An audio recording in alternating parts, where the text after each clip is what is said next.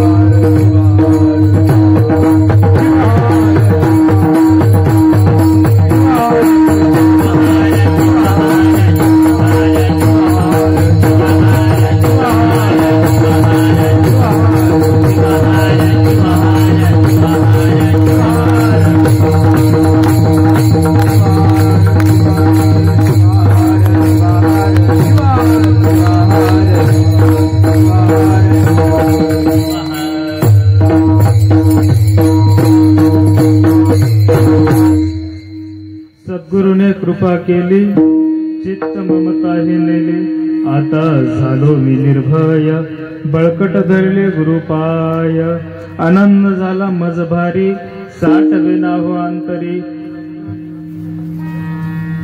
लक्ष्मण मने गुरुकृपा, लक्ष्मण मने गुरुकृपा, ऐक्य झालो स्वस्वरूपा, आनंद झाला मज भारी, साठवे नाहो अंतरी, बळकट धरले गुरुपाय.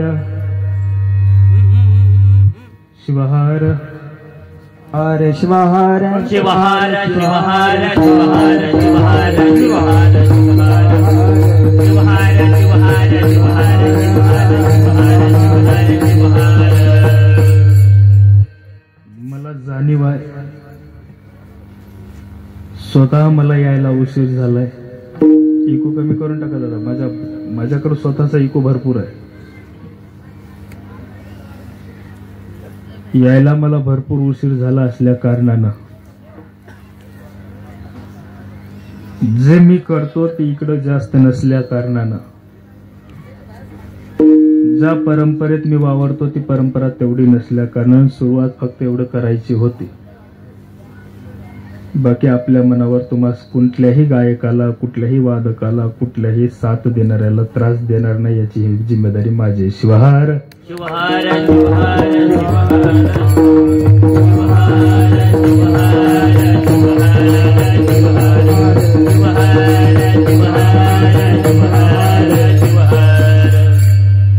सालाबाद प्रमाणे चालत असलेल्या भगवान साखरेश्वराच्या पावन कृपा आशीर्वादानं सद्गुरू शिवाचार्य रत्न वेदांताचार्य शिवाचार्य शिखामणी सिद्धलिंग शिवाचार्य महाराजांच्या आशीर्वादात सद्गुरू सदानंद सरस्वती महाराजांच्या पावन सानिध्यात हरिभक्तपरायण महेशजी महाराज जाधव महाजन आळंदी देवाची यांची सुंदररित्या कथा या ठिकाणी आपण श्रवण करत आहात. शिवमहापुराण कथेचं आपण श्रवण करत आहात. आज खऱ्या अर्थानं मी काही येणार नव्हतो हे सगळ्याला माहित आहे. ही कुठला नवीनच उभा केलाय, पत्रिकेत ही कुठंच दिसत नाहीये असं सगळ्याच्या मनामध्ये प्रश्न पडला असेल. पण ज्यांनी मूर्ती प्राण प्रतिष्ठा कलशारोहण करून या ठिकाणाहून गेले, तिकडल्या धावपळीच्या युगामध्ये तुम्ही जसे तुमचे काही सीझन मानता, संसारी जीवनातले काही सीझन असतात, त्यापैकी महाराज लोकांचे हे सीझन आहे असं समजाय हरकत. शिवहार शिवहार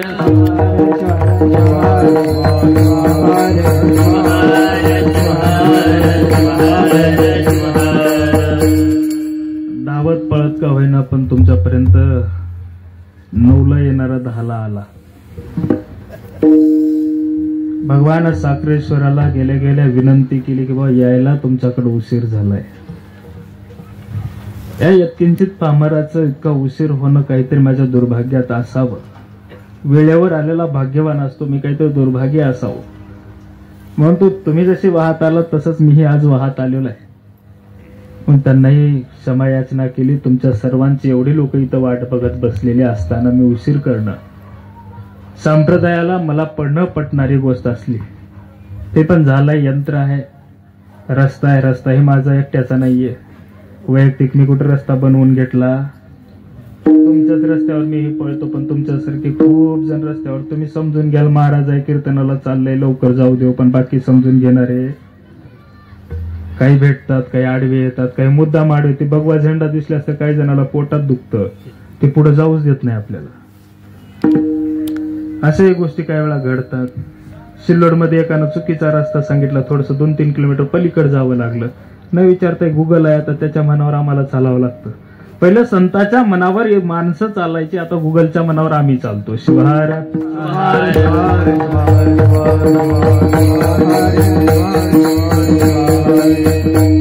कीर्तनासाठी उपस्थित दोन्ही मृदंगाचार्य सुंदर रीतीने तुम्ही वाजवत आहात. तुमची नावं परिचित नसल्यामुळं, तुमची माझी पहिली भेट असल्यामुळं, जर पुन्हा कधी आज सांगितलात आणि भेटला तर नाव नक्की लक्षात ठेवा. तुम्ही एकदमच समोर बसलास, मलाही भीती वाटू लागली आहे की तुम्ही काय करता की गडबड. कारण आजपर्यंत एवढे कीर्तन 1001 कीर्तन या वर्षात केले असतील, पण बाजूला बसलेला पेटीवाला पण समोर बसलेला पहिल्यांदाच पाहिला. एकटाच बिचारा मनमतीचा आहे, माहितीतला बरं का. सगळेच आहेत, आपलेच आहेत सगळे, पण त्याला त्या संप्रदायातली माहिती असेल. मी जिथं वावरतो तिथं ज्या कुस्तीच्या आखाड्यात मी कुस्त्या खेळत असतो ना, तिथलाच तो बी एक पैलवान आहे असं समजाय हरकत. जाऊ दे, पण तेवढा काही त्रास होऊ देत नाही. कुस्ती जरी कसली जरी असली, आखाडा कुठलाही असला तर वक्तृत्व आपला एवढं निश्चित आहे. बाकी चाल म्हणलेली तुम्ही जेवढ्यांच्या समोर माईक आहे तेवढे सर्वजण, तुमची नावं काही पाठ नाही. इकडे बालगोपाल तुमच्या सर्वांच्या, तुमच्या सगळ्यांचंही स्मरण करतो एक वेळेस की तुमच्यामुळं आमच्या जीवनाला आनंद आहे. समोर बसलेल्या माय माऊल्या शिवहार शिवहार शिवहार शिवहार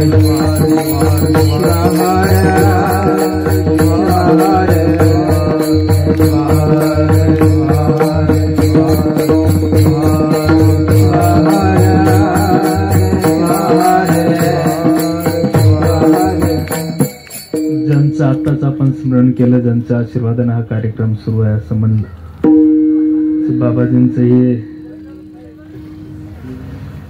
परमपूज्य सर्वानंद सरस्वती महाराजांचं हे आगमन माझं काहीतरी भाग्य थोर आहे आजच्या दिवसाला की मला संतांचे दर्शन होत. परंपरा कुठल्याही असो, संत हे आम्ही सगळे एक आहोत, आम्ही एक राहणार आहोत आणि आम्ही सगळ्याला एक करण्यासाठी एक राहणार तेवढं निश्चित आहे. शिवहार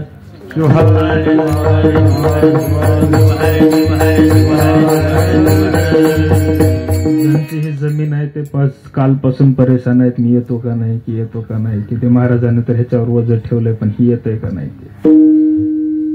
7 वाजल्यापासून तर त्यांचे इंडिकेटर सगळेच लागले, ते दाखवायचे की येतो का नाही, की काय 7 वाजले तरी पोहोचला नाही. नवीन गावात असून एवढा उशीर करतो महाराज कसा असेल ते. साधा छोटा आहे, 35 किलोचा आहे, काय घाबरायची गरज. माणसं शरीराहून गेस करायला लागतात, कपड्याहून गेस करायला लागतात. हे आमच्या समाजाचं सगळ्यात मोठं दुर्दैव आहे. एखाद्याच्या कपड्याहून, एखाद्याच्या राहण्याहून, एखाद्याच्या शरीरावरून गेस करणं हे सगळ्यात मोठी चुकीची गोष्ट आहे. सुंदर असा हा सप्ताह सुरू आहे. आजचा तिसऱ्या दिवशी भगवंताच्या कृपा आशीर्वाद, सद्गुरूची कृपा आपल्यावर व्हावी या उद्देशानं घेतलेला अभंग शिवसंत लक्ष्मण वैराग्यमूर्ती लक्ष्मण महाराजांचा आहे.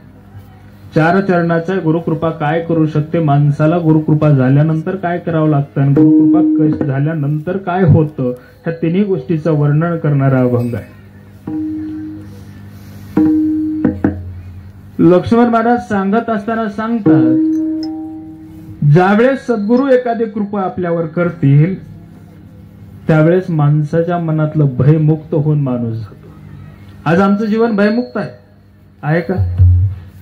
इथून उठल्यानंतर बाहेर गेल्यास काय होईल याचा चिरंतर विचार आपल्या मनामध्ये. काही दिवसाचे व्याप इथं बसले तोपर्यंत शांत आहेत, पण इथून बाहेर गेल्यानंतर चालू होणार आहे. या पद्धतीतला थोडासा बास वाढवा.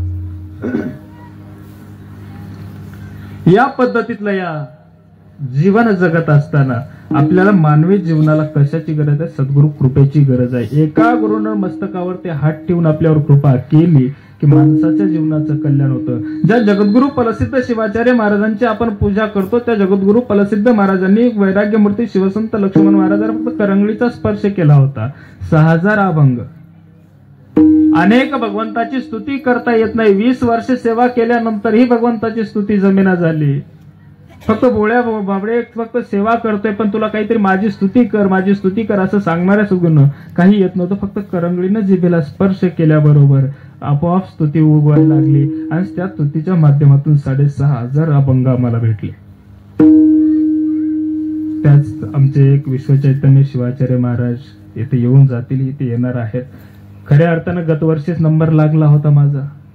मी फक्त बदली करणारा माणूस आहे, एवढं लक्षात ठेवा. गतवर्षी आमचे विश्वचैतन्य शिवाचार्य महाराजांच्या जागेवर यायचं होतं, पण थोडंसं काही कारण पात्र येऊ शकलो नाही. पुन्हा त्यांनाच पाठवावं लागलं शेवटीचा. आज सिद्ध चैतन्य शिवाचार्य महाराजांच्या जागेवर आलो. काहीतरी त्या साखरेश्वराचं आणि माझं या काशीनाथाचं काहीतरी नातं असावं.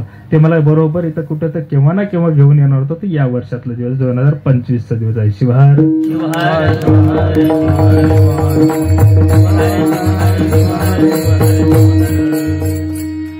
ज्याच्या नशिबात आहे कुठला आहे माहिती नाही, पण त्याची भेट एक बार झाली, एक वेळ त्याची भेट झाली, भगवंताची एकदा भेट झाली. तो केव्हा जेव्हा नावाची जर नुसती चुणूक लागली तर तो कुठून ना कुठून घेऊन येतो. म्हणजे येतो ही भगवंताची लीला आहे. आणि त्या पद्धतीनं लक्ष्मण मला सांगतो गुरु कृपा करून घ्यायची असेल तर निराकार निर्मोहित होऊन निष्काम भक्ती माणसानं केली पाहिजे. आज आमचे सगळे सकाम भक्ती करतात. इथे एवढी कथा आहे का येऊ लागली दुपारी. मी पत्रिकेवर पाहिले एका बाबांचा फोटो आहे, मी नाव नाही घेत बरं का.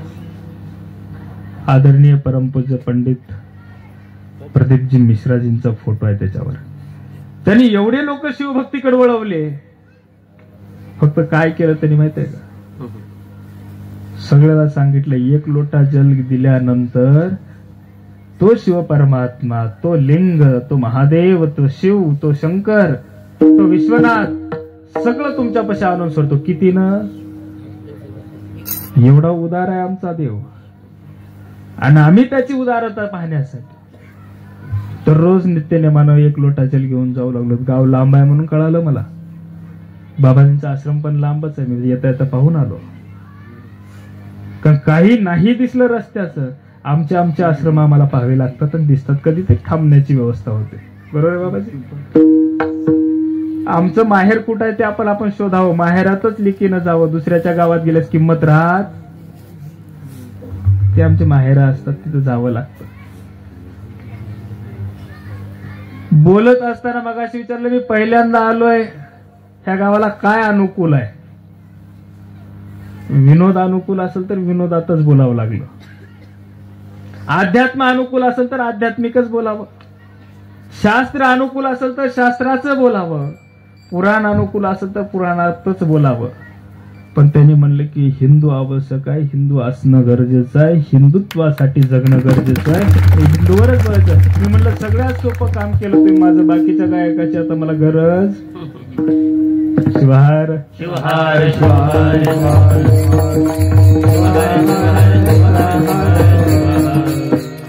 बाबाजी. आमचं एक असं झालंय की आम्ही सगळे इथं बसलेले सगळे माणसं आहेत. बरोबर आहे. दुसरं कोण आहे का इथं? सगळे माणसं आहेत ना.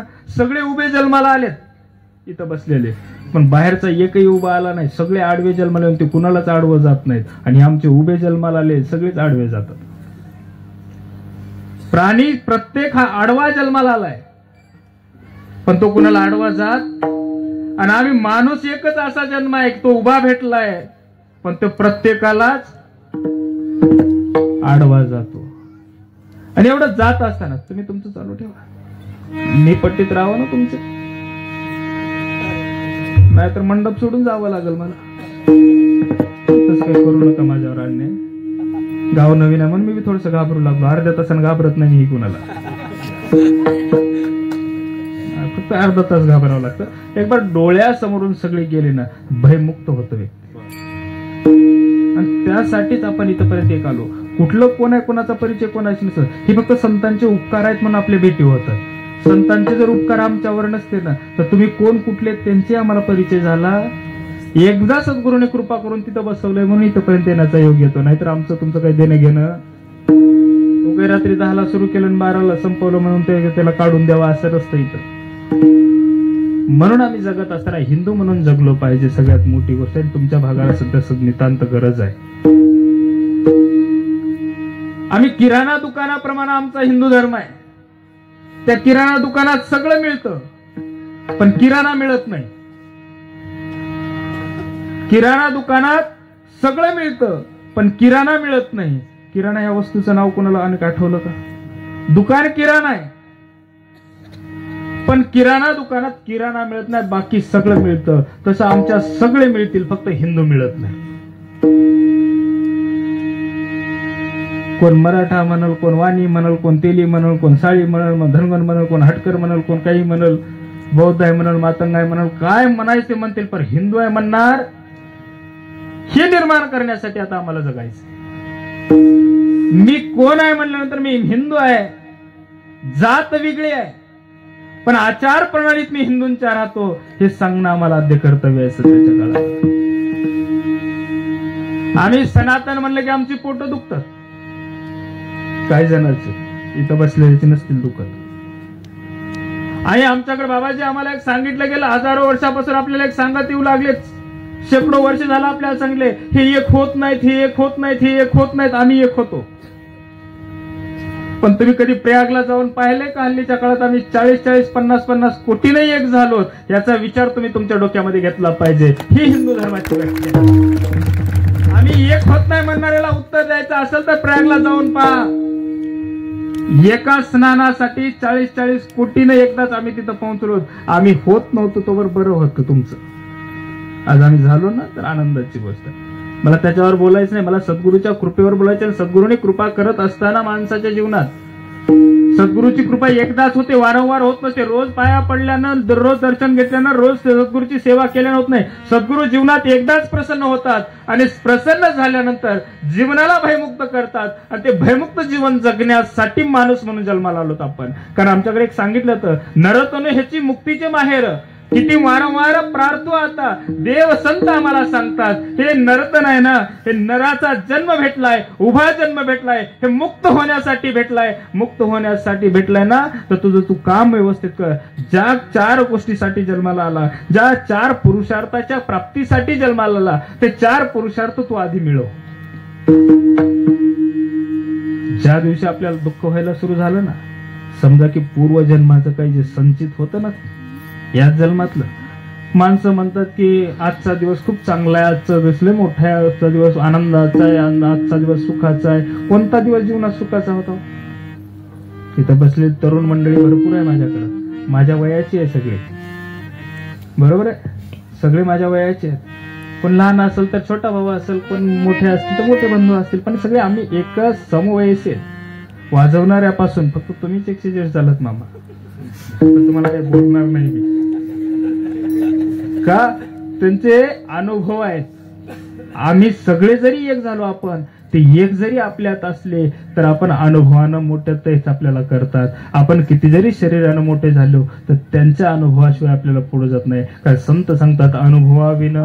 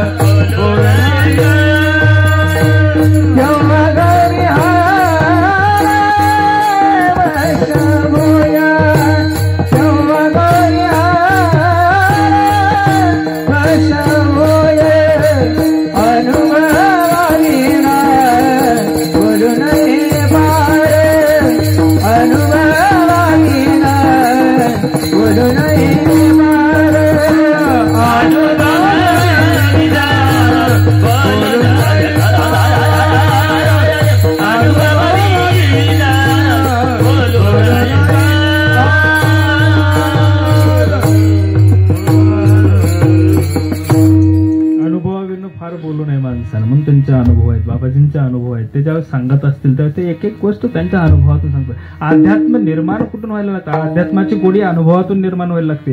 एक अध्याय वाचल्यानंतर, एक ओवी वाचल्यानंतर पुढल्या ओवीमध्ये काय उद्देश आहे, पुढल्या ग्रंथात, पुढल्या अध्यायामध्ये काय उद्देश आहे, पुढल्या प्रकरणात काय येणार आहे, ही ज्यावेळेस गोडी लागते तर त्या मागच्या वाचलेल्या अनुभव असं म्हणतात.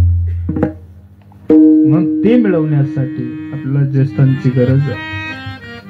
आज आमच्याकडं कथा आहेत. दिवसात किती कथा कराव्या एका माणसानं? 2 कराव्या, 4 कराव्या, 6 कराव्या, 7-7 कराव्या, 8-8 कराव्या. एका माणसानं कीर्तन किती करावे दिवसात? सकाळचे एक, संध्याकाळचे एक, बस झाले ना, बस झाले ना. त्याचे उपकार झाले म्हणून 6-6 कीर्तन. बाबाजी, त्या भगवंताचे, त्या सद्गुरूचे आपल्यावर उपकार झाले म्हणून 6-6 कीर्तन एखादी दुसऱ्याला करूच देईना. आणि पुन्हा वरून ते आता ते आले ना ते आपल्याकडे हॅलो, त्याला आपल्याकडे मोबाईल म्हणतात, आमच्याकडे तर मोबाईल म्हणतात, इकडे काय म्हणतात माहित नाही. त्याच्यात एक ऑप्शन आहे सगळ्या जगाला दाखवण्यासाठी, मी एवढी कीर्तन दिवसात केली. याला भक्ती म्हणत नाही, याला सद्गुरूची प्राप्ती म्हणत नाही. सद्गुरूची प्राप्ती करून घ्यायचं असेल तर ज्ञानेश्वर माऊली एक ठिकाणी सुंदर सांगतात, आपला तो एक तेने विना जीवा सुख नोवे, तेने विना जीवा सुख नोवे, तेने विना जीवा सुख नोवे, तेने विना जीवा सुख नोवे.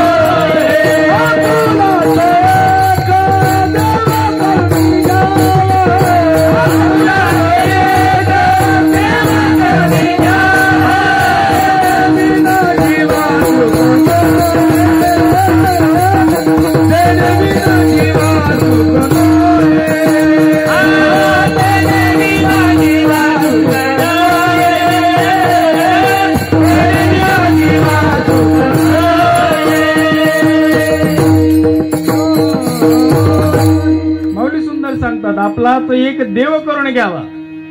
सुरुवातीला जर तुम्हाला सुखाच्या मार्गावर जायचं असेल, सुख शोधायचं असेल, त्यासाठी आपलं एक अधिष्ठान निर्माण व्हावं, आपल्याला त्या अधिष्ठानाच्या प्रमाणात जीवन जगता यावं.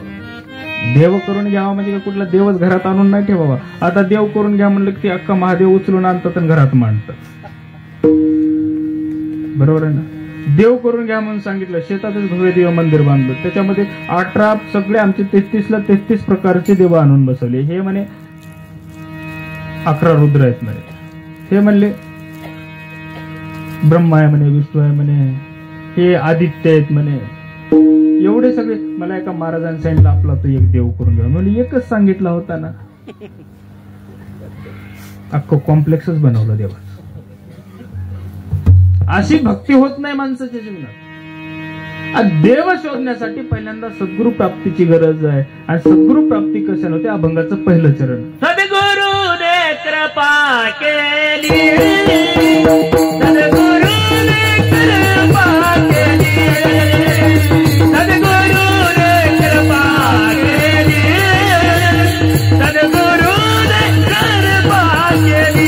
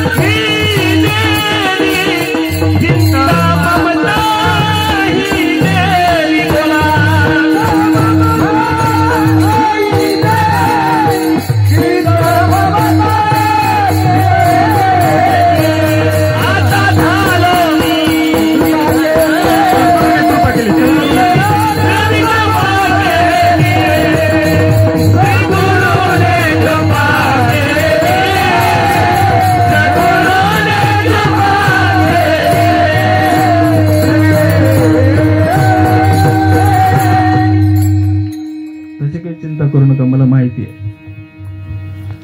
ज्या गादीवर उभारलो ती गादी आपली नाहीच आहे. नारदाची, भृंगीची, तुंबरूची, नंदीची, एवढ्या सगळ्याची गादी आहे. ते आपलं काय आहे? आपण फक्त कारण आहे, ते आपलं नाही. तर चुकलं तरी तर काय होत. बाबाजी, मी एक सगळ्यात भाग्यवान व्यक्ती आहे महाराष्ट्रातला. असेल महाराजात पण ती दाढी बिडी वाढल्यामुळे वाटत असेल, पण असं वाटत बी नाही मी जास्त. तुम्ही कधी उठून जर माझ्यासारखं पाहिलं तर अर्धे झोपलेत.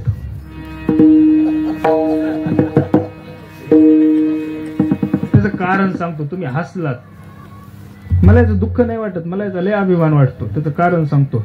अरे ज्याला डॉक्टर गोळ्या देतो, इंजेक्शन देतो, एवढ्या औषधी देऊ देऊ झोप येत नाहीत ना यांना, ते माझ्या 2 शब्द बोलले की झोपतात.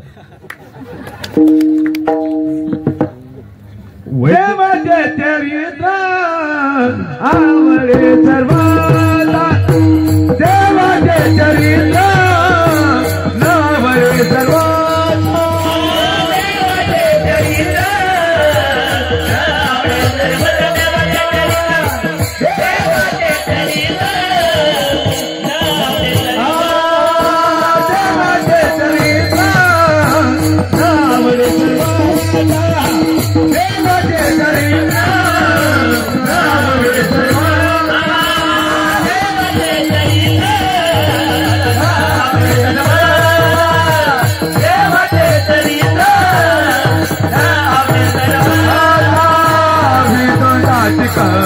कथा गोड वाटे विनोदाची कथा हे गोड वाटे हातावर हात देवोरी आपारी हातावर हात देवोरी आपारी विनोदाची कथा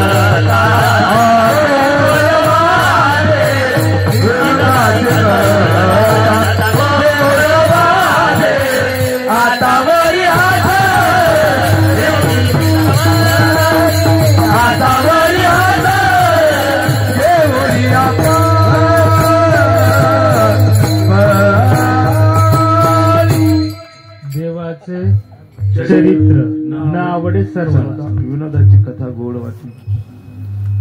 प्रत्येकाला देव आवडत. त्यासाठी माऊलीला 800 वर्षापूर्वी सांगवलं आपला 1 करून घ्या मग आवडायला लागेल. तुम्ही करून घेतला असेल 1 है ना प्रत्येकानंच. तुमची लग्न झालीत का सगळ्याची? काय बाकीचे कसं आता आम्ही सगळे एक झालोत ना. बाबा इथं मी आहे इकडे एक बाबा बस. आम्हाला म्हणून विचारावं लागतं. ज्याला कळालं त्याला धन्यवाद. नाहीतर 8व्या दिवशी आहे सगळ्यांसाठी घेऊन जा. काय आहे ते पण कळायला भाग्य लागतं. 8व्या दिवशी प्रसाद आहे, काला आहे, भंडारा आहे, त्या सगळ्या गोष्टी मिळायला नशीब लागतं. आज आलात कीर्तनात हसलात, उद्या यावं वाटलं त्या भगवंताची कृपा समजा. आणि जर इकडं न येऊ वाटलं तिकडच नदीला गेलात तर तीही भगवंताचीच उपकृपा म्हणा. सद्गुरूची कृपा झाल्यानंतर 2 गोष्टी हरतात हे सांगितलं गेलंय. त्यासाठी त्याचा जो विनोद आवडतोय, विनोदाची कथा सगळ्याला आवडतात. विनोद सांगितल्यानंतर प्रत्येक जण जागी राहील, पण भगवंताचं नाव घेतल्यानंतर झोपतात. बाबाजी इथं आल्यानंतर मी पाहिलं, पहिल्यांदा वाटलं एवढे लोक आहेत, मलाच बोलता येईल का नाही की असं वाटलं. आणि एवढ्या लोकात बोलायची सवय नाही, त्यातले गाव नवीन, चुकीचा शब्द बोललो. काही गावात खूप अवघड आहे बाबाजी. आपल्यासारख्याला गावाच्या बाहेर जाऊ देत नाहीत आजकाल लोक. ते निस्तारूनच यावं लागतंय. फटकळ बोलणं आणि फाटकं बोलणं इथे महाराष्ट्रात चालत नाही सध्याच्या काळात. ते जमलं त्याला जमलं, नशिबानं जमलं. नाहीतर प्रत्येकाला जमत 4 लगेच पोरं गाडीला अडवे, तुम्ही आमच्या गावात असं का बोललात? तुला नाही बोललो, तुमच्या गावच्या बाजूच्या गावाला बोललो, तिथले 2 बसले होते म्हणून सांगितलं. तेव्हा वाचलो, नाहीतर इथपर्यंत येत. कारण माईकवर बोलत असताना माणसानं कीर्तनातून बोलावं, विनोदात्मक बोलावं, पण कीर्तनाचं बोलावं. आम्ही धर्माचं बोलतो, इथंच चुकतो.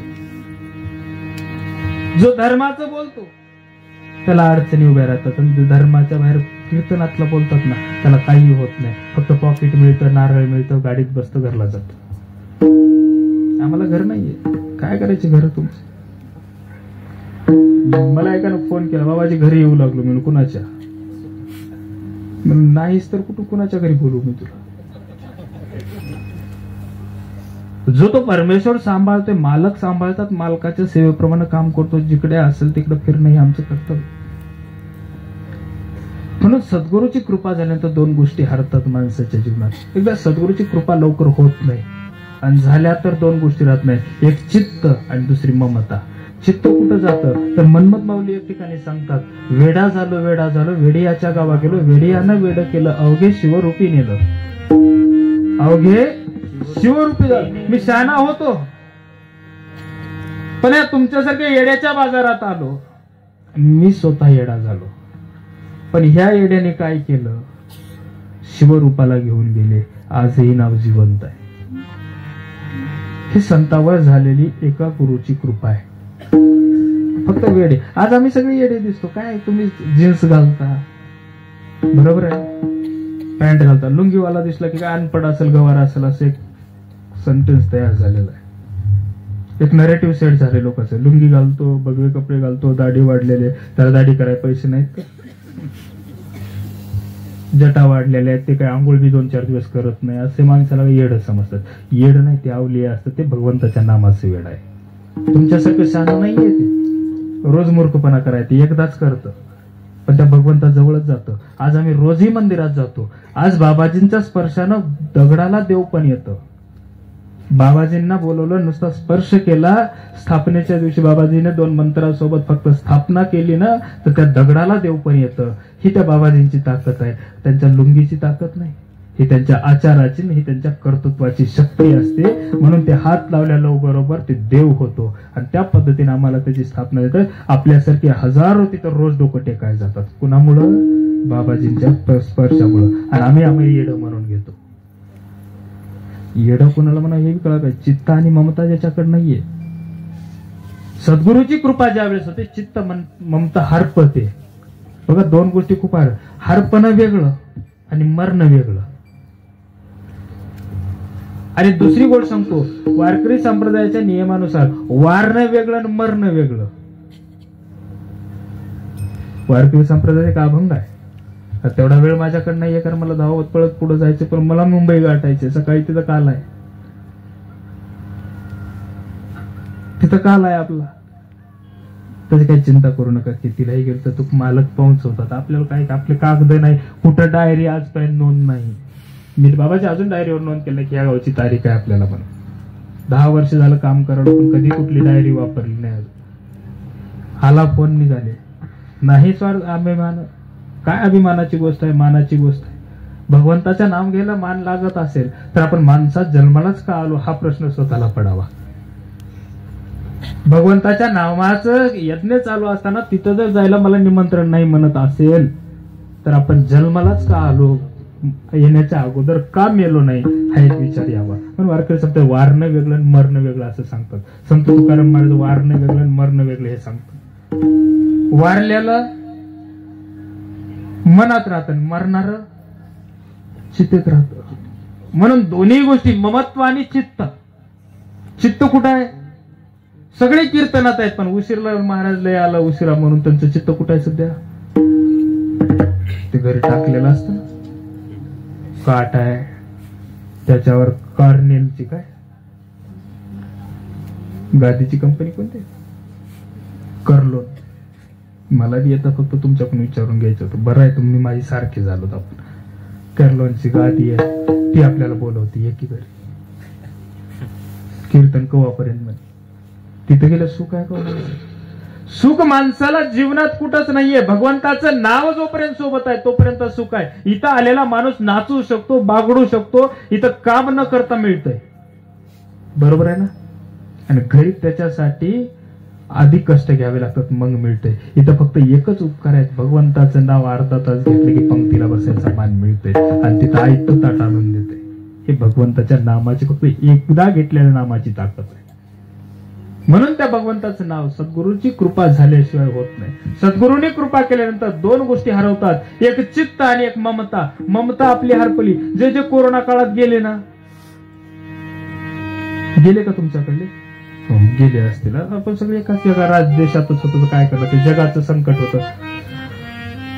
कोरोना काळामध्ये जेवढे गेलेत ते ममतेपासून खरंच मुक्त झाले. त्याचं कारण सांगतो बाबा. आपल्या इथं आज गेलं, सकाळी जाते, त्याचं प्राण गमन होतो, निधन होतं, त्याचा प्राणज्योत मावळते आणि पुन्हा आमची लोक म्हणतात थांबा, लेक यायची राहिली.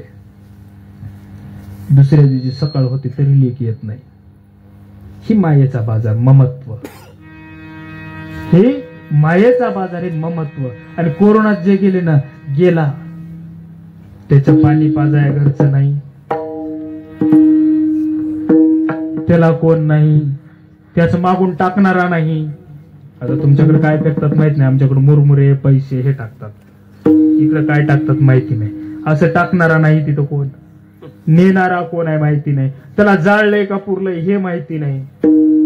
बर, येताना आपल्याला त्या डॉक्टरनं दवाखान्यातून निघताना तिथं हंडे दिले, काय एवढं एवढं लोटकं दिलं, त्या लोटक्यात काय राग. त्याला पक्की गॅरंटी की हे आपल्याचेच आहेत म्हणून. की ममतेच्या बाजाराच्या पलीकडे गेले, ममतेपासून दूर गेलेले, ममता हरपलेले लोक जेवढे होते ते तेव्हा गेले, ते खऱ्या अर्थानं मुक्त झाले, ते मायेच्या बाजारातून मुक्त झाले. आम्ही अजून मायेच्याच बाजारात आहे, आम्हाला काहीतरी भोग शिल्लक आहेत म्हणून जिवंत आहेत. आपले भोग शिल्लक आहेत म्हणून ज्याचं चित्त जागेवर आहे. आज आपण इथं बसतोच खरंय, साखरेश्वराच्या प्रांगणात आपण कथा ऐकत असताना कथा सांगितली चालली आहे. सुंदर इतर तिसरा दिवस आहे आजचा कथेचा, बरोबर आहे, तिसराच आहे ना.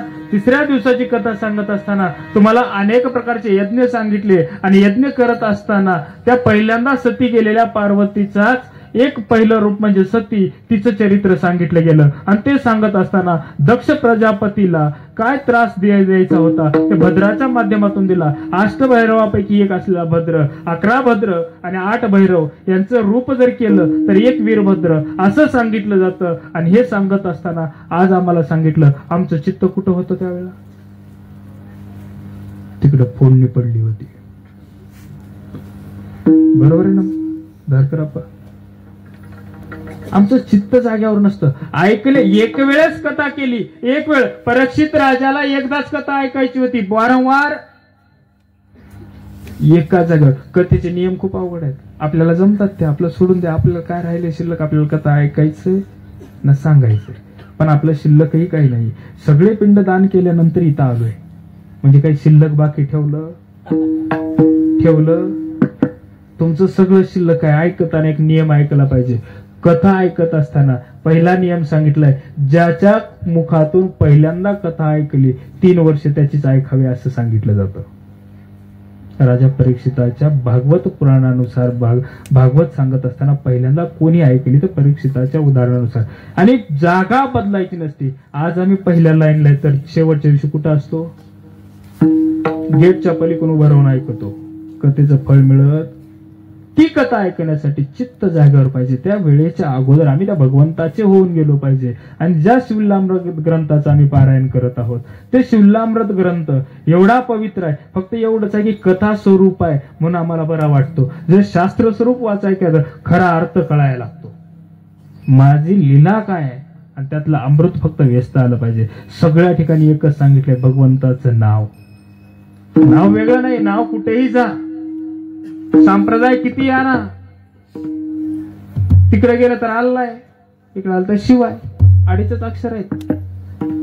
कृष्ण 2.5 अक्षरात आहे, राम 2.5 अक्षरात आहे, शिव 2.5 अक्षरात आहे, ब्रह्मा 2.5 अक्षरात आहे, अहम ब्रह्मास्मी 2.5 अक्षरात आहे, मी स्वतः ब्रह्मा आहे.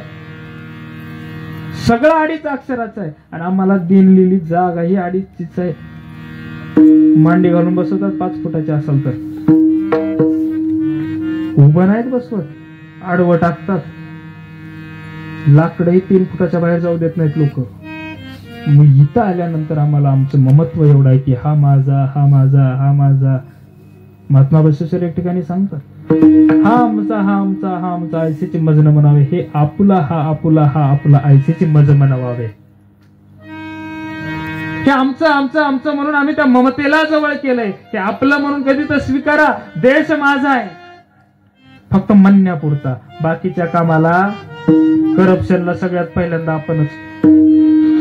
मध्ये मध्ये पैसे भेटू लागले होते, कशाचे तर भेटू लागले होते इलेक्शनच्या अगोदर. मला बोलण्याचा अधिकार नाही ना, मला सगळे सारखे आहेत तुम्ही. बाबाला आम्हाला काय, आम्ही समज तुम्ही, आमच्याकडे नजर 2 नाही, लोकांकडे असतील, आमच्याकडे नाही. आम्ही कोणाचे कपडे पाहत नाही, कोणाचा बंगला पाहत नाही, कोणाचं घर पाहत नाही, कोणाची जमीन पाहत नाही, कोणाचं 7-12 पाहत गरजही नाही. ते तुझंच फुक, आमचंच जळणात. आम्हाला काय काय पूर्वजांनी एवढे जमा करून ठेवले की ते आणि शोधण्यात अख्खे गेलं काय की आज वाटतं 30 वर्ष गेले तर अजून सापडाली आहेच. पुढल्या दिवशी कायदा लागून ती सगळी जाऊ नये म्हणजे झाली, एवढी काय आनंदाची गोष्ट आहे. ती गेलं त्याची खऱ्या अर्थानं मुक्त झालो मी रिकामा होण्यासाठी जीवन जगायचंय माणसाला. आपण ओझं घेऊन आलो ते फेडण्यासाठी जन्मायचं. आणि त्यातली सगळ्यात मोठी गोष्ट आहे हे कळण्यासाठी चित्त जागेवर असं असतं. आणि ज्याचं चित्त जागेवर आहे त्याच्यापासून ममत्व हरून जातं. आणि ज्यावेळेस ते ममत्व हरतं, ममत्व आपलंसं करून सद्गुरू घेतात, त्यावेळेस अभंगाचं 2रं चरण. आता झालं मी निर्भय, आता झालं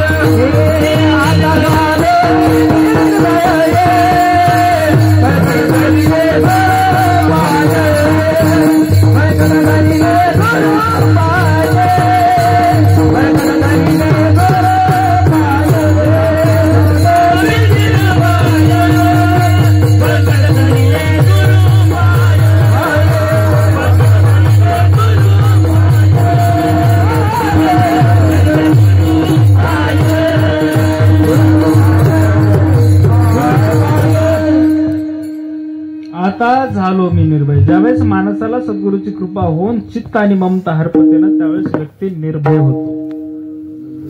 आणि निर्भय व्यक्ती कुणाला घाबरत, घाबरला तरी त्याचा काही फरक पडत. जे स्वतः सिद्ध असतात ना, त्याला कुणाशी काही देणं घेणं, सगळं स्वतःकडे असल्यास बाकीच्याकडे पाहत नाही पाहत. पण आमच्या इथं अशी गोष्ट आहे, तुमच्या माग बसलेले बघा, तुम्हाला नाही बोलत मी कोणाला, तुमच्या माग बसलेली जास्त संख्या त्यांच्या म्हणून त्यांनाच बोलावं लागतंय. जो निर्भय आहे तो कधी कुणाचा विचार करत, ज्याच्यावर सद्गुरूची कृपा होते ते कुठं घाबरत, आणि त्या माणसाच्या चित्त आणि ममता उरत नाही. पण आमच्या इकडं असं आहे, दुसऱ्याकडे पाहत नाही. कोण? सद्गुरूची कृपा झालेला व्यक्ती दुसऱ्याला काहीच म्हणत नाही. पण आमच्या माग बसलेले 10,000ची साडी आपल्या घरच्या नानावी, त्यांच्यावर का आपल्याला काही घेऊन देण्याचा अधिकार नाहीये. आणि आपण काही कुणाला देत, माणसानं सिद्ध असावं, क्लिअर असावं. पहिल्यांदा 10,000ची साडी दिली जाते, द्या माझ्याकडे, तसं काय नाही, मला वेळेचं वगैरे भान आहे, त्याची चिंता तुम्ही नका करू. तुम्ही चिठ्ठी आली म्हणलं की मीही समजून जात असतो, कारण खूप ठिकाणी माझं हेच आहे ना. तुम्हालाही झोप येते, मलाही जाणीव आहे ना, जाणीव आहे सगळ्या गोष्टीची. मी जाणीव करणारा व्यक्ती, मला त्याची जाणीव झाली पाहिजे. काय हरकत नाही, मग तुझ्या पद्धतीने होईल, तू चिंता नको करू. अर्ध्या तासात जिकडे तिकडं मी फक्त एक विषय सांगेन, पुढे निघून जाईल. आमच्या इथं 10,000ची साडी आणली जाते, पण एक नवीन डिझाईन किती भाई आपल्याकडे होत्या, त्याच्या अंगावर जर 10 तोळ्याचा आपल्याकडे एखादा दागिना आहे, आणि जर 1.5 तोळ्याचा दुसऱ्याचा जर आवडला ना, तर त्या 10 तोळ्याची किंमत माणसाच्या जिन्वात राहत नाही. त्या पद्धतीनं ज्याच्या मनात चित्तच नाही, ज्याच्या मनात ममत्व नाही, त्या व्यक्तीला ह्याच्याशी फरक पडत. आणि ते फरक न पडावं म्हणून एक बार सद्गुरू जवळ गेल्यानंतर त्यांचे पाय असे धरावे. तुम्हाला ए फीचर्स माहिती आहे सगळ्याच, ए फीचर्स आले बघा नवीन, ए आय म्हणतात ना, ते कोणत्या तरी याला आलं बघा नवीन, आहे ना. ती ए फीचर असं नाही. लक्ष्मणाला, बरोबर, रामचंद्राचे मोठे भाऊ लक्ष्मण, त्यांना त्यांच्या गुरुदेवाने टी आय फीचर्सचे एक तत्वज्ञान त्या काळात शिकवलं. ती आता नाही, उगा आमच्याकडे सांगितलं होतं याचचा शोध. आज काहीच नाही, विमान हे आज कोण बनवलं नाही, त्या काळातच आमचंच आहे सगळं, सगळं चोरलं आमचं चाललंय. नावं दुसऱ्याची लावली जातात फक्त. येणाऱ्या पिढीला आम्ही सांगायला पाहिजे, माझ्या प्रभू रामचंद्राचं पुष्पक विमान जर पाहिलं असतं तर ते 7 मजल्याचं होतं, हे आता हवेत उडणारं 1 मजल्याचं घेऊन काय पाहतो. आणि पुन्हा आता सांगितलं जातं आमच्या विज्ञानात, किती मूर्खाचा विज्ञान आम्हाला शिकवलं जातं. मी मूर्ख म्हणतो बरं काय लिहिणाऱ्याला किंवा शिकवणाऱ्याला. माझ्या पुढल्या पिढीवर एवढं वाईट परिणाम दिले तर, जर आम्हाला शास्त्र नाही शिकवलं, बाबाजीने जर आम्हाला नाही काही सांगितलं, तर आम्ही पुढे आहे त्याला मान्य करू. शून्याचा शोध कोण लावला म्हणलं तर दूरध्वनी पहिल्यापासून आमच्याकडे आहे. कवी हवेच्या माध्यमातून, मेघराज ढगाच्या माध्यमातून आपल्या पत्नीशी बोलत होता. कवी मेघराज, मेघदूत पण म्हणलं जातं त्यांना पुढे भविष्यात. ते आता आमचं जिथं कुंभ चालू आहे त्याच्या अलीकडे एक मोठी सिटी आहे जबलपूर. तिथं कौटिल्य युनिव्हर्सिटी आहे खूप दिवसापूर्वीची. त्या युनिव्हर्सिटीतला तो कवी आपल्या पत्नीला फोनचा शोधण्याचा ढगाच्या माध्यमातून बोलायचा. आणि आम्ही आता त्या ग्राहम बेलचं नाव सांगतो. तो अलीकडे जन्माला आलेला, माझं 5000 वर्षापूर्वीचं तत्वज्ञान. त्यांनी फक्त शोध लावायचं आणि त्यांची नावं लावायचे. शून्य आमचं आर्यभट्टाचं सांगितलं तर शून्य त्या अगोदर नसेल का? शंकू, मैल, योजन. रामायणामध्ये योजन, योजन म्हणलं आज आमच्या लेकरांना कळत नाही. योजन कशाला म्हणतात? योजन म्हणजे किती किलोमीटर? एक योजन म्हणजे किती किलोमीटर? 30 किलोमीटरला एक योजन. ते आज आम्ही सांगितलं पाहिजे. आणि ते आमचाच सिद्धांत चोरला जातो आणि आम्हाला परत रूपानं दुसऱ्याची नावं देऊन सांगितलं जातो. त्याच्यामुळे आमच्या हिंदूवर येणारे संकट आहेत. आमचा हिंदू धर्म एवढा श्रेष्ठ आहे ना, सगळे शोध आम्ही लावलेत. वसिष्ठांनी यायचा शोध लावला. ती तत्वज्ञान, ती तर्कशास्त्र, ती मांत्रिक असलेली श्रद्धा, ती किंवा त्या मांत्रिक शक्ती या तिच्यामध्ये फक्त फोटो जोडायचा आहे ना. चित्रकूटला प्रभू रामचंद्र आराम करत वनवासात निघाल्यानंतर आराम करत असताना बाजूला काही येऊ नये म्हणून डोळे झापलेले आहेत. पण बाजूला काही हल्ल्यानंतर ज्याला डोळ्यातून उघड दिसतं ना, काय आलंय ते कळताना, तो लक्ष्मण म्हणजे AI फीचर्स. इकडे रामाची आणि त्यांच्या सैन्याची काय बातचीत चालू आहे तिकडे लंकेत कळत होती त्या रावणाला, सगळं कळत होतं. ही त्यावेळेस AI फीचर्स. आम्ही म्हणतो की आता माझ्याकडे लाखाचं आहे आणि त्याच्यात AI फीचर्स आले. चुकीचं आहे नाही. माझा विश्वास मी ठेवला पाहिजे. म्हणून ज्या सद्गुरूवर गेलो ना त्यांचे पाय बळकट धरले पाहिजे. असा पाय बळकट धरावा त्या सद्गुरूंनी माझ्या जीवनाचं कल्याण केलं पाहिजे. आज आम्ही सद्गुरूकडे जातो, बाबाजी आपल्याकडे सगळे येतात आणि आल्यानंतर काय फक्त स्वार्थापोटी येतात. माझ्या पोराला नोकरी लागावी, तुम्ही कुणाला तर फोन लावा. आपले काम आहेत का? तुमचे आमचे काम आहेत का? आमचं काम काय? फक्त संदेश देणं आहे. आम्ही कशासाठी आहोत? जीवाचा आणि शिवाचा मधला संदेश जोडून देणारी तार सद्गुरू आहेत आणि त्यासाठी इथपर्यंत ही तार जोडून देण्याचं काम सद्गुरूचं आहे. जीवाचं आणि शिवाचं, जीव शिव ऐक्य करण्यासाठी आम्ही आहेत. प्रत्येक जण जात असताना शिवरूप होतो. म्हणून शेवटी एकच नाव सांगितलं, तो कोणतं? सत्य नाव काय? राम. एवढंच सत्य आहे. बाकी यातच सांगितलं कोणतरी. ते धन्यवाद बरं का, मला तेवढं येईना झालं तर तुम्ही सांगितलं, चांगली गोष्ट. त्या सगळ्या आणि आम्ही कशाच्या मागे लागलो? म्हणून सद्गुरूचे एक बार पाय बळकट धरले की माणसाला जगता आलं पाहिजे. सद्गुरू आम्हाला सनातन सांगतात. सनातन शब्दाचा अर्थ किती जणाला माहिती आहे? इथं बसलोत आपण सगळेजण, विचार करालो. सनातन शब्दाचा अर्थ तरी आपल्याला माहिती आहे का? सनातन म्हणजे काय? धर्म नाही. सनातन म्हणजे मूळ. आणि आम्ही ते मूळ आहेत. आम्ही सनातन आहेत. आम्ही का सनातन आहेत? तर ज्या भूमीवर उभारलोत ना तिला माय मानतो म्हणून आम्ही सनातन आहेत. आम्ही जिथं आई नंतर दूध पितो ना, जिथं आम्ही दूध पितो त्या गाईला माता म्हणतो म्हणून आम्ही सनातन आहेत. ज्या कृष्णानं जिला सांभाळलं, ज्या भगवान कृष्णानं जिला सांभाळलं तिला आम्ही आई मानतो म्हणून आम्ही सनातन आहेत. आणि जे जन्मदाती आहे ना, माझ्या नात्यामध्ये एवढी पवित्रता आहे. आईला, भूमीला आणि या राष्ट्राला माय म्हणण्याची ताकद आमच्यात आहे. ती दानत आमच्यात आहे म्हणून आम्ही सनातन आहोत. आणि तेवढंच घेण्यासाठी सद्गुरूचे पाय असे बळकट धरले पाहिजे. आम्ही सनातन आहोत, आम्हाला सनातन जगण्याचा अधिकार तुम्ही आम्हाला द्या. आणि या उक्तीप्रमाणे आम्हाला बळकट धरल्यानंतर सोडायचं नसतं. आमच्याकडे गुरु करून टाकतात बाबाजी.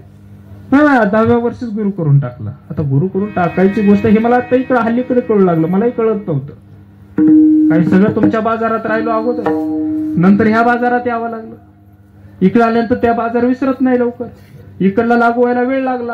पण गुरु करून टाकतात कशाला हे नाही कळालं. आता हल्ली कळू लागले. गुरु केल्यानंतर टाकतात म्हणून. टाकाव वस्तू काय हे जोपर्यंत आम्हाला कळणार नाही ना, जे गरज नाही ते 4 भिंतीला लावलेलं आहे. पहिलं टेबलावर ठेवलं जायचं, आता भिंतीला चिटकावलं चाललंय. त्याला काय म्हणतात? ते आम्हाला बिघडवणार पहिलं यंत्र बघा ना, मान्य करतात ते. टीव्ही आहे बरं का महाराज, त्याच्यानं आम्ही बिघडालो. बरोबर आहे ना? मागे बसले सगळे तो त्यावी हो म्हणाले. ज्या सद्गुरूने चांगला मार्ग दिलाय तो मार्ग सोडून आम्हाला 2 गोष्टी सांगितल्यात. आम्ही ज्याला स्वामी म्हणून स्वीकारतो ना त्याची पूर्ण परिपूर्ण सेवा करणे. स्वामी म्हणून कुणा तन मन धनानं ज्याला आम्ही आज समर्पित झालोत ना तो आपला स्वामी असतो. आणि टीव्ही पुढे तुम्हाला तुमचा स्वामी तरी दिसतो का? नाही म्हणताय. किती खरं बोलतात बाबाजी. खरंच तुमचे आशीर्वाद आहेत या गावाला. सगळेच खरं बोलतायत. नाही म्हणतायत. तुमचे धन्यवाद माझ्यासाठी. माझ्या कीर्तनाची तुम्ही बसलात म्हणून मी भाग्यवान आहे. आणि हे लोक खरं बोलतात ते तुमच्या समोर बोलतायत म्हणून एक भाग्यवान आहे. कारण असे भक्त मिळाया नशीब लागतं. कारण बदलायचं. पाणी गढूळ आहे ना त्याला शुद्ध करण्यासाठी तुरटी फिरव. कधीपर्यंत फिरवावी? गाळ कडला जात नाही तोपर्यंत फिरवावी. गाळ एक बार बुडाला गेले की चाळून घ्यायला आपण मोकळे म्हणजे पाणी शुद्ध होतं. तसंच तुम्ही जोपर्यंत खरं बोलणार नाही तोपर्यंत तुमच्यातला द्वेष बाहेर काढणं सद्गुरूलाही कठीण जातं. मग ते तुरटी फिरवत कवर बसायचं. अख्ख्या आमच्या पिढ्या गेल्या. बाबाजी होते, बाबाजी नंतर मी आलो, माझ्यानंतर दुसरा कोणतरी, 26वा मी आलो तरी काही सुधारलो. म्हणून एकच वेळ सद्गुरूकडे असं शरण जा की त्यांचे पाय सोडायचे नाही. की मला या मंडपापर्यंत यायचे तर मला तिथली कृपा तुमची झाली पाहिजे. आणि तेवढं झाल्यानंतर ज्यावेळेस सद्गुरू कृपा करतील त्यांचे पाय ज्यावेळेस सुटण्यात आले ना त्यावेळेस एक आनंद वेगळा मनात आहे. अभंगाचा आनंद झाला महादेवा, आनंद झाला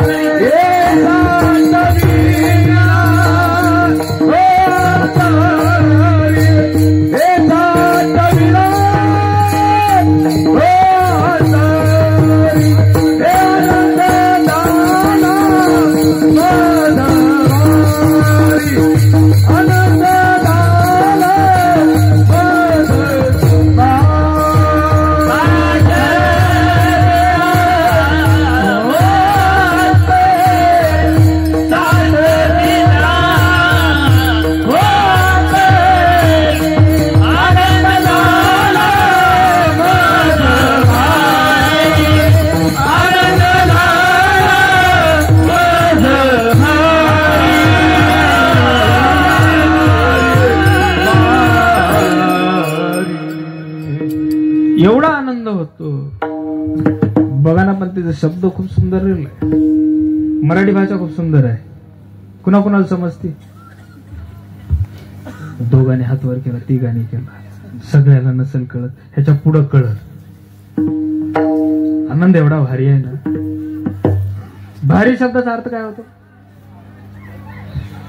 बघा ना, भारी शब्दाचा अर्थ भारीच होतो. जर बाबांना विचारलं भारी शब्दाचा अर्थ काय होतो ते म्हणतील जड आहे. कळणाऱ्याला आहे, बाकीच्याला फक्त ते भारी दिसाले. अरे ते जड आहे म्हणून भारी आहे. उचलत नाही ना, पेलत नाही ना म्हणून ते भारी आहे. पेलत नाही, उचलत नाही म्हणून भारी आहे. आणि तो भारी आनंद. आनंद सगळ्याला पचत म्हणून भारी आहे. साठवायला त्याला जागा कुठंच नाहीये. आता मराठी भाषा ऐका तुम्ही. एक जण आडवा झोपला होता. तुम्हाला कळलं बरं का मी काय कुणाबद्दल कसा बोलतोय किंवा कशासाठी बोलतोय हे तुम्हाला कळून जाईल. मराठी भाषा आनंद आहे. फक्त एवढं लक्षात ठेवा की आनंद शोधता आला पाहिजे. एक आडवा झोपलाय, 2 त्याला भेटाय गेलेत. एक पाय त्याला बसले, एक उशाला बसले. कळाला सिद्धांत? तुम्हाला कळून काय उपयोग आहे हो? तुम्ही रोजच आमच्यातले. आमच्यात नसले तर अर्धे तुम्ही आमचे है ना. तुम्हाला कळून उपयोग नाही, समोरच्याला कळणं गरजेचं. त्यासाठी आलो इथपर्यंत. तुमच्यासाठी आलोच नाही, तुम्ही माझ्यासाठी आलात एवढं लक्षात ठेवा. कारण तुमची साथ मला मिळावी म्हणून तुम्ही आलात, नाही तर बाकीचे हे आपल्यासाठी आले. शिवहार शिवहार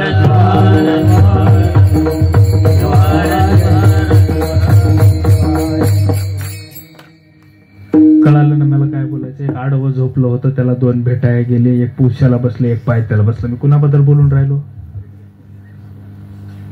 बोला ना, काय होत नसतं. कीर्तन आहे. कीर्तन कशाला म्हणतात बरं का? कंबर बांधून, एकानं पटका बिटका बांधून, कंबर बांधून बोलण्याला कीर्तन भक्ती म्हणत नाही. की 9 भक्तीपैकी एक कीर्तन भक्ती आहे आणि ते सर्वश्रेष्ठ भक्ती आहे. नाचून गाऊन भगवंताचं आनंदाने नाव घेणं याला कीर्तन म्हणतात. आता ते आम्ही बोलतो याला कीर्तन नाव दिले, हे परंपरा, ही संकीर्तन आहे. एकानं सांगायचं आणि बाकीच्यानं ऐकायचं आणि ते साठवायचं, हे संकीर्तन. कीर्तन म्हणजे भगवंताचं नाचून गाऊन आनंदानं मुखानं भगवंताचं नाव घेण्याला कीर्तन भक्ती म्हणतात. ते आपल्याला पुन्हा बघू आपण, पण मराठीत आहे. एक आडवं झोपले, दोन भेटाय गेले, ते उशाला बसले, एक पायथ्याला बसले. बर, पहिला मान कुणाला दिला? उशावाल्याला का पायथ्यावाल्याला? कारण बघा ना, कोणी झोपेतून उठा, तुम्हाला पहिल्यांदा काय दिसतंय? पाय दिसत. किती चुकीचं बोलले. पहिल्यांदा मोबाईल दिसतो आजकाल. पाय बघतो का कोण आजकाल? तुमच्यातला असं कोण आहे का उठल्या उठल्या पायच बघतोय? असं पायाकडे बघत नाही, डोळा उघडल्या उघडल्या काय करतं ते? किती कबूल करतात पहा. रात्रभर काय केला होता? रात्री 2लाच बंद केलता ना बाबा. पुन्हा सकाळी उठल्या उठल्या त्याच्याकडेच पाहतो, म्हणजे किती अधीन आहे त्याच्यातून. बरं जाऊ दे, पायाकडे बघतात असं तुम्ही म्हणताय म्हणून विनोद थोडासा बाजूला ठेवू. पायाकडे बघतायत म्हणून सोडून देऊ आपण थोडंसं. कशाकडे बघतात? पण पायाकडे कोण बसलं होतं?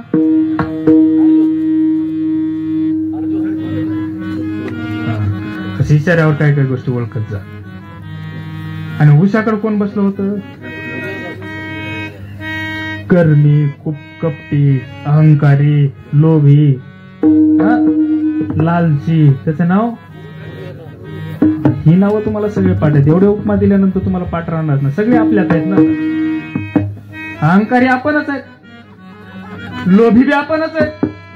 5 कीर्तन केले असते का लोभ नसतात तर सकाळपासून आज म्हणतो 10 वाजले तुमच्या इथे यायला. एखाद्या महाराजानं स्वतःवर बोललं की असा आनंद वाटतो ना, की आपल्यालाच इतक्या वेळ बोलतो, स्वतःला का बोलत नाही? पण मी एक बिनलाजी माणूस आहे. नाही लाज अभिमान, टाकोनी आळस, करीतो भजन प्रेमानंद. भगवंताच्या नावात लाज अभिमान बाळगण्याची इथं गरज. पायाकडे लक्ष गेलं. मग ते म्हणले, बोल कृष्णा का अर्जुना काय पाहिजे? कस काय आले? ते म्हणला, मी अगोदर येऊन उशाला बसलो, तुम्ही त्याला बोलता. ते मला अगोदर दिसलं ना. म्हणलं ते पण.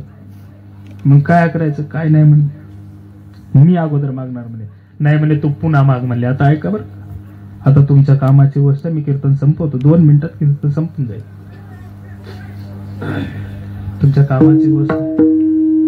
दुर्योधनाने मी अगोदर म्हणल्यानंतर त्यानं सांगितलं, अर्जुनाला अगोदर मागू दे, कारण तो माझ्या नात्यातला आहे. कशातला आहे? कशातला आहे? सगळ्यांनी बोला एक बार. कशातला आहे? अहो, तुमच्या एवढ्या आवाजापुढे नाही, माईकचा आवाज काहीच नाही. तुम्ही फक्त एकदा बोलाय, माईक बंद करायची वेळी. कशातला आहे? नात्यातला म्हणले बरं का तुम्ही. नात्यातला. दुर्योधन मग मी कोण आहे? तू नात्यातला आहे म्हणे. मराठी भाषा खूप सुंदर आहे. काय म्हणला? अर्जुन माझ्या नात्यातला आहे आणि दुर्योधन नात्यातला आहे. काय बदल केला? काय बदल केला? त्यासाठी मराठी समजणं गरजेचं आहे. एवढी श्रीमंत भाषा आहे ना. माझे ज्ञानोबारायानं त्या भाषेला एवढा मोठा दर्जा दिलाय. त्यांनी करत असताना 56 भाषेचा गौरव करणारी एकटी माझी मराठी भाषा आहे आणि 52 प्रकारे बोलली जाणारी माझी मराठी भाषा आहे. आणि आम्ही या भिकारचोट भाषेच्या मागे लागलो. ती काय? I will can do not. तेवढं मला कामापुरतं येतं बरं का. काय कालाय तस्मिन मग कालानुरूप आपणही बदलावं लागतं. म्हणून त्या शब्दाला अर्थ नसतो. KNOW म्हणलं तरी नो म्हणतंय आणि NOW म्हणलं तरी त्याला अर्थच नाही. त्या भाषेच्या आम्ही मागे लागलो आजकाल. आणि आमची एवढी भाषा आहे, नला नुसतं थोडं दीर्घ जरी म्हणलं तरी भाव बदलतो. आणि KNOW लिहून नवच म्हणतंय. आणि NO लिहून मी नोच म्हणतोय, आणि आम्ही ना त्यातला म्हणून द्या ना त्यातलं म्हणून द्या, आमची भाषा सिद्ध होती. किती श्रीमंत भाषा असेल, व्याकरण किती सुंदर असं आमचं. पण आमच्या इकडे सांगत असताना, आम्ही शिकत असताना पहिल्यांदा आम्हाला काय सांगितलं, तुम्ही आधी व्याकरण शिका म्हणले. बरोबर आहे, त्यावेळेस कळालंच नाही शिकायचं होतं त्यावेळेस की व्याकरण. मग ती ग्रामर शिकवलंय ना म्हणले आम्हाला. व्याकरण नाही कळालं, काय कळालं, ग्रामर कळालं. म्हणून मराठी भाषा एवढी सुंदर आहे. देत असताना दोघाला समान दिलं. फक्त कृष्णाने एक गोष्ट सांगितली होती, सद्गुरूची कृपा कशा पद्धतीने होते, आणि ते झाल्यानंतर बळकट निर्भय कसा व्यक्ती होतो. कृष्णाने एकच सांगितलं, मी येईन पण मी ज्याच्याकडून राहीन त्यांना काय करणार नाही, सैन्य देणार, सैन्य माझं येणार. बघा वाक्य खूप सुंदर आहे. सैन्य देणार, मी स्वतः आलो तरी शस्त्र घेणार, पण मी काय करन, फक्त 4-5 चांगल्या प्रेमाच्या, आनंदाच्या, सुखाच्या गोष्टी तिथं बसून सांग. युक्त्या सांगण म्हणायचा काळ संपला. आता युद्धच संपले, युद्धच संपलेत. आता युद्ध तसे होतच नाहीत. आता युद्ध वेगळ्या पद्धतीचे होतात. आमच्याला फसवलं जातं, ते घेऊन गेलं जातं, आणि पुन्हा काही दिवसांनी सोडून दिलं जातं. याला युद्ध करण्याची पद्धती त्यांची आली. आता मी कशाबद्दल बोलायचे तुम्हाला कळालं असेल. आमच्याला फसवलं जातं आणि आमची येडे फसतात. बाह्य रूपाला ज्याने ज्याने बघितलं, त्याला सद्गुरूची कृपाच झाली नाही, कुठल्याही गुरुची कृपा नाही. बाह्य रूपाला बघून फसला ते तो कायमचाच फसला, बाहेर येत नाही. त्या पद्धतीने मी मला तिकडे जायचं नाहीये. अनेक सांगितलं, मग तुला काय पाहिजे. दुर्योधन म्हणला, मला तुला घेऊन काय करायचंय. म्हणला, तू फक्त काय कर, तू कुणाकडे जा म्हणे, मला सैन्य दे. एक अक्षणी सैन्य, यादवी सैन्य सगळं कुणाला दिलं, दुर्योधनाला. आणि विजय कुणाचा, जिकडं भगवान आहे, जिकडे सत्य आहे त्याचा विजय होतो. म्हणून सद्गुरूचे पाय असे धरल्यानंतर एवढा आनंद होतो ना. सत्य निर्माण करतं माणूस, आणि सत्यातून मिळालेला आनंद कायम टिकवण्यासाठी त्याला अंतर्मन लागतं, आणि त्या अंतरी साठवत नाही, एवढं भरून येतं. त्यासाठी अभंगाचं शेवटचं चरण, लक्ष्मण मारे गुरु कृपा, लक्ष्मण मारे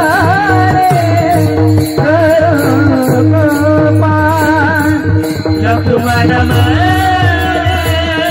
गुरु कृपा, लक्ष्मण मारे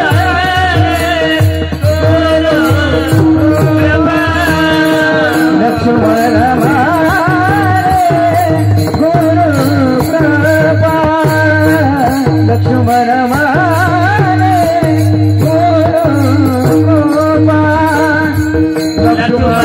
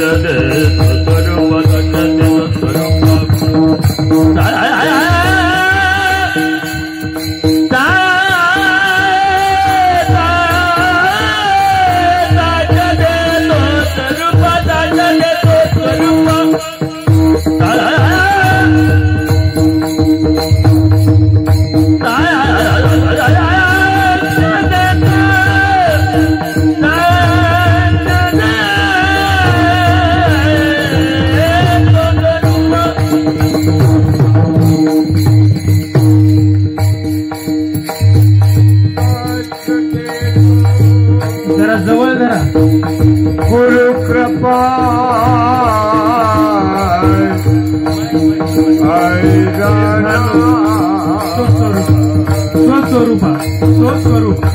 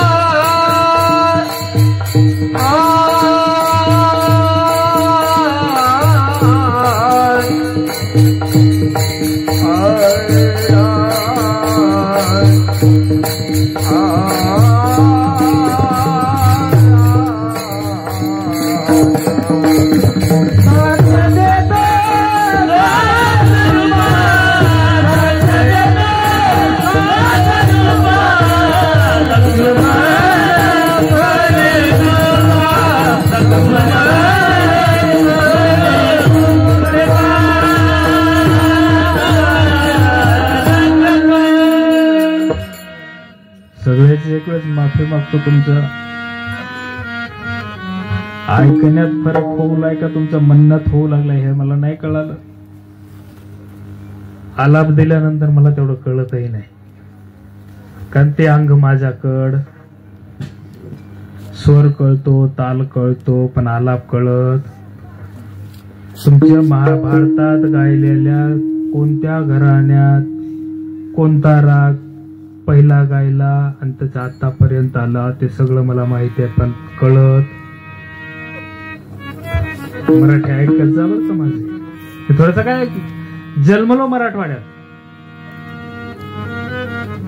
जीवन गेलं आंध्रात, शिकलो कर्नाटकात आणि काम करालो सगळ्या महाराष्ट्रात. त्याच्यामुळे भाषेचा थोडासा गोंधळ होऊ शकतो माझं. मी काय म्हणलं, कोणत्या घराण्याने कोणता राग पहिला गायला ह्याची मला माहिती आहे, नाही म्हणत नाही, आहे. किराणापासून ते मल्लिकार्जुन मनसूर, मी स्वतः त्यांचं दर्शन घेतलेला व्यक्ती आहे. संगीत क्षेत्रातला भारतातला एकही व्यक्ती सोडला नाही की माझ्या घरात आला नव्हता. ज्या आईवडिलाचं घर होतं ते घर, शिवकुमार पंडित, शिवकुमार शर्मा पर्यंतचे सगळेच माझे, झाकीर हुसेन सहित माझ्या चुलत्याकडे, म्हणजे ज्या देह दिलेला वडील आहेत त्यांच्या लहान्या भावाकडे सगळे येतात. आजही ते जिवंत आहेत. काल परवा झाकीरजींचे गेले, तेही माझ्या घरी येऊन मी त्यांच्यासोबत बसलेला आहे. मला राग कळत नाही असं समजू नका, पण तुम्ही म्हणत असताना लक्ष्मण म्हणे गुरुकृपा, ऐक्य झालो स्वस्वरूप आहे. तुम्ही काय म्हणलात आता ते तुम्ही विचार करा फक्त. खऱ्या अर्थाने मी एक प्रामाणिक माणूस आहे, मला पिंगळा येत नाही.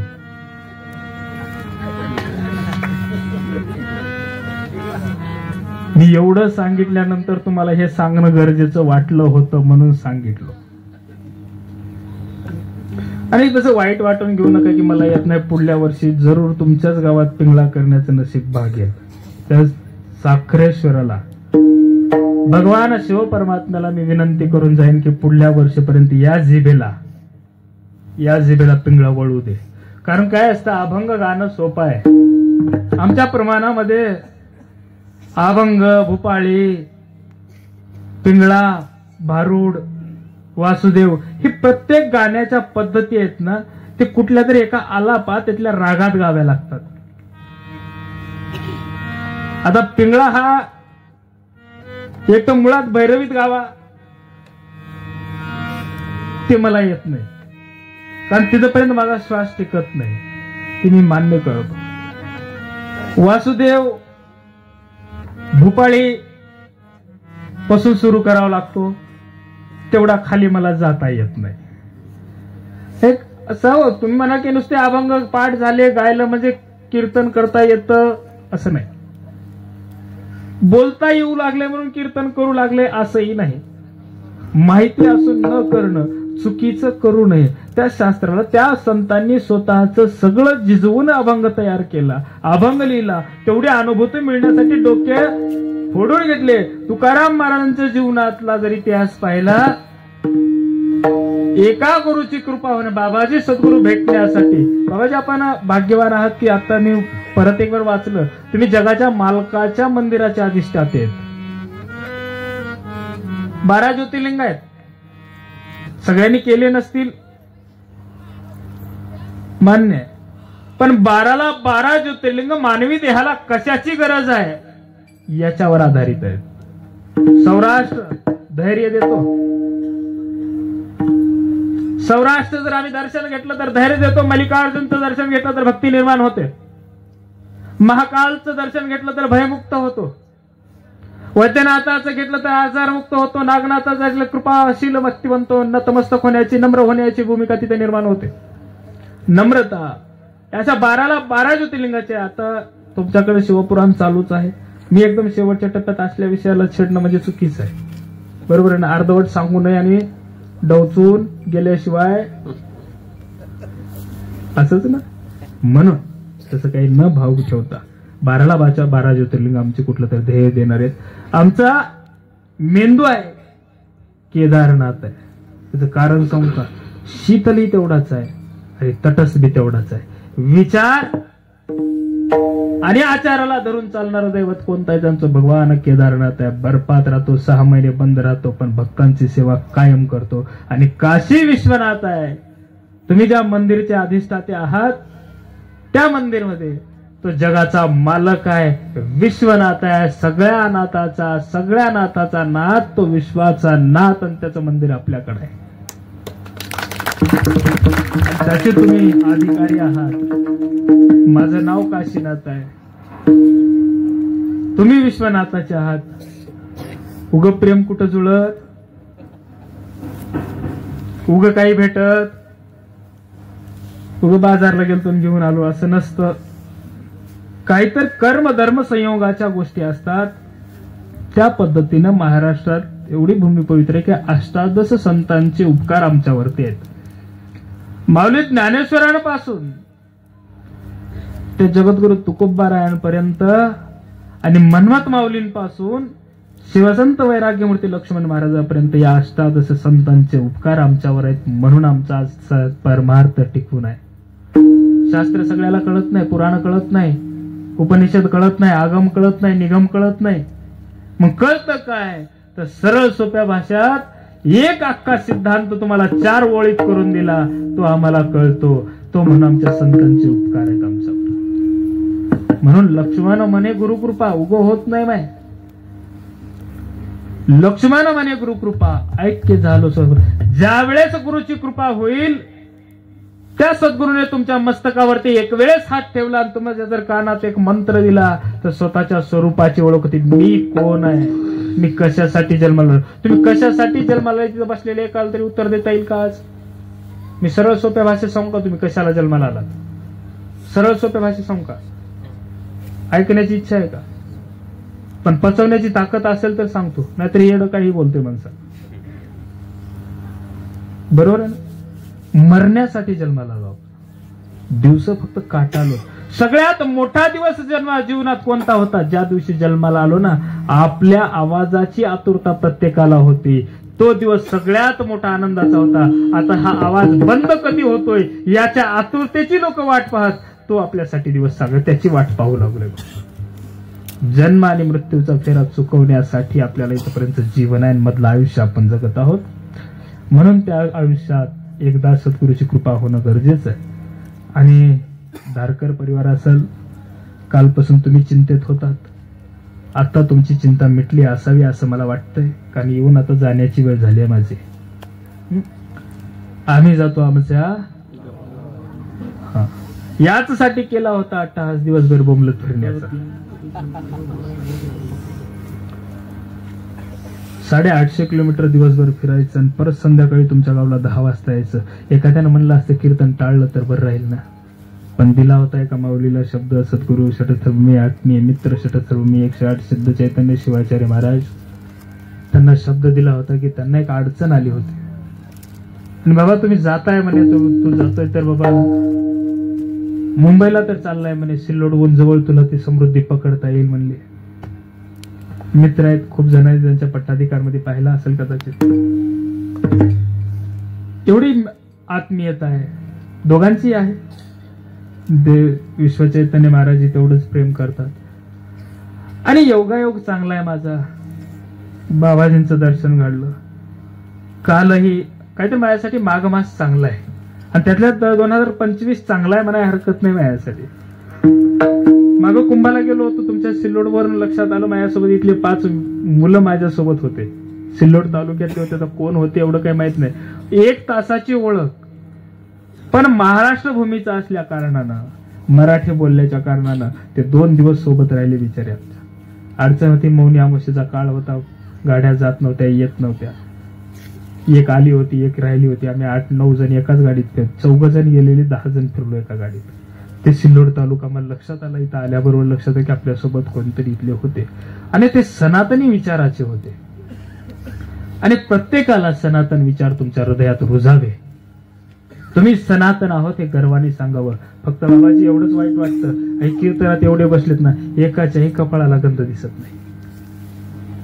काय लाज वाटते हेच मला कळत नाही. ते खाऊ मागत असेल का उपवास? बघा ना, आमचं तो मी नाव घेत नाही तर त्यांचं एवढं पोरग सकाळी शाळेत जाईल नाही जाईल माहित नाही, पण सकाळी बोलते अपने अपने बच्चों को तालीम के लिए मस्जिद में रवाना कीजिए. हाय त्या अवस्थेमध्ये उठतंय ते कुठेतरी लिहिलेलं कागद असते, ती घेतंय, लगेच उचलतंय, तोंड धुवत नाही, काही करत नाही, आणि ते कुठे जाऊन बसतंय त्या मौलवीच्या समोर. आणि आमच्या इथं बाबाजी जर गीता पाठ घेत असतील, 1 तासानं गावात जाऊ म्हणे का. 7 वाजता बाबाजीचा पाठ चालू होते आणि आपण 9 वाजता जाऊ गावात. ही आमची अवस्था आहे. आणि हे आमच्या खरे उपकार हे कुणाचे आहेत तर ते मागं बसले त्यांचे आहेत. तुम्हाला वाईट वाटू द्या, काय हरकत नाही. तुमच्या हातचं मला काही खायचं नाही आणि तुमच्या काही दाराला रोज यायचं नाही. मी कुणाला मागणारा महाराज नाही. मला त्याची एवढी भीती कुणाचीच वाटत नाही. त्याचं कारण आहे, खरं बोलण्यासाठी भीती नसावी माणसाला. कारण तुम्ही जर 8 वाजता लेकरू उठले नाही, आत्ताच उठले, तुम्ही जोपर्यंत येऊ काय असतं, UKG JKG काय काय असतं ना, असतं ना. बाबाजी आपलं माझं नशीब चांगलं होतं. माझा हात असा पुरत नव्हता तोपर्यंत मला शाळेतच घातलं नव्हतं. नशिबानं मी जर वर्षी शाळेत पहिल्यांदा घालायला नाव काढलं की मी वर लावायचो, तोडला तरी वर लावायचो. काही चिटकना झाला, हातच काही कानाला लागला नाही, त्यांनी काही शाळेत घातलं. जीवनाचा आनंद घेता आला. नंतर इकडे आल्यानंतर आज जे आहेत ना लहान, त्यांना आजपासून वज देऊन अडकवू नका. त्याला त्याच काळामध्ये मंदिरात जर हरिपाठ चालत असेल ना, तर त्याला 10 मिनिटं तिथं पाठवा. कारण माझ्या माऊलीने एकच विनंती केली आहे, देवाची येद्वारी उभा क्षणभरी तेने किती मुक्ती, 4 मुक्ती साध्य करता येतात. तेवढंच माय माऊली हो, तुम्ही एकच काम करा माझ्यासाठी. जाता एवढंच सांगतो तुम्हाला की जर लेकरू घरात आलं ना, त्याचे हातपाय त्यानं नाही धुतले तर तुम्ही धुत जा. आणि त्याला हरिपाठ जर 4 आमच्यासाठी बुड्डे करत असतील ना, तर तिथं पाठवत जा. काळाची खूप गरज आहे.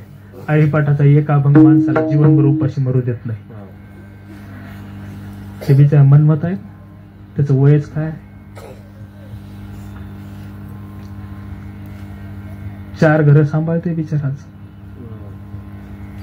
कशामुळं? गुरुचे कृपा झाली, संतांचे उपकार त्याच्यावर आहेत, अभंग पाठ आहे, तो आज आमच्या सोबत उभा राहून गातो आणि आम्ही त्याच्या इशाऱ्यावर चालतो. म्हणजे किती मोठी ताकद आहे संतांच्या अभंगात, संतांच्या वाणीत. म्हणून कुठलाही सत्संग चालू असतो, लेकर हाकलून देत जाऊ. आमच्याकडे लेकर घरी कोंडून येतात बाबा. मराठवाड्याचं, महाराष्ट्राचं हेच दुर्दैव आहे आपलं. आणि हे दुर्दैव बदलण्यासाठी 4 गोष्टी तरी करा. शेती, खेडगाव आहे आपलं. गाव मोठं दिसतंय मला तसं, कारण मी गावाची परीक्षा, गाड्या जातात ना इकडून तिकडून, त्याच्याहून करतो बरं का. कारण त्याचा एक अभ्यास प्रत्येकाला लागतो. गावात गेल्यानंतर शाळा पाहिली की गाव कसं आहे कळतं. गावातला ओठा किती सुंदर आहे याच्यावर गाव कसं आहे. ती चावडी म्हणतात ना, पहिल्याच्या काळात चावडी म्हणायचं. तुमच्या इथं काय आहे मला माहित नाही. येस किती सुंदर आहे याच्यावर गावाची पूर्ण परिभाषा येते. आणि गावातलं मंदिर किती सुंदर आहे याच्यावर भक्तीचं प्रतीक निर्माण होतं. म्हणून करत असताना आज तुम्ही तर बाबाजींच्या आश्रयात राहता, छत्राखाली राहता. साधू महात्मे भेटणं अवघड नाही, त्यांचा आशीर्वाद आणि त्यांची संगत मिळणं अवघड आहे. आणि ते तुम्हाला मिळते. कारण मी खरंच मला भाग्यवान समजतो. बाबाजी मी आल्या आल्या विचार केला होता, खुर्ची दिसली नाही म्हणून मी काही म्हणू शकलो नाही. त्याचं कारण आहे, मी आजपर्यंत माझ्या समोर काही बाबाजीला खाली बसू दिलेलं नाही. कारण ज्या माणसानं जीवनाचा कळस हयातीत काढलाय ते आपल्या समोर बसून ऐकणे ते आपण एवढे मोठे नाही झालो अजून.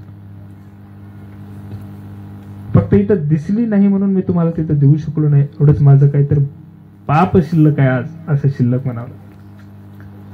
कारण काय असतं, ज्याच्या अंगावर भगवा आहे, भगवं टिकवण्यासाठी काय काय करावं लागतं. भगवं घालण्यासाठी 18 जाळावे लागतात. किती? आमचं एकच जळतंय तर गाव बोंबलतंय. जी माय जिवंत आहे तिचं पिंडदान आम्ही हाताने करतो. जिनं जन्माला घालून वाढवलंय, 9 महिने 9 दिवस पोटात ठेवून वाढवते, तिचं पिंडदान आम्ही तिच्या हयातीमध्ये करतो. जो बाप आहे, ज्याला कष्टानं आम्हाला 17-18 वर्ष वाढवले, जो शाळेत जाण्यासाठी आमच्या मागे लागला, चालत नव्हतं, खांद्यावर बसून घेऊन गेलं, त्याचं पिंडदान हयातीत आम्ही करतो.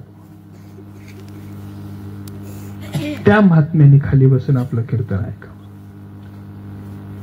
सगळं ज्या धुतलं जातं तेव्हा भगवा अंगावर येतं.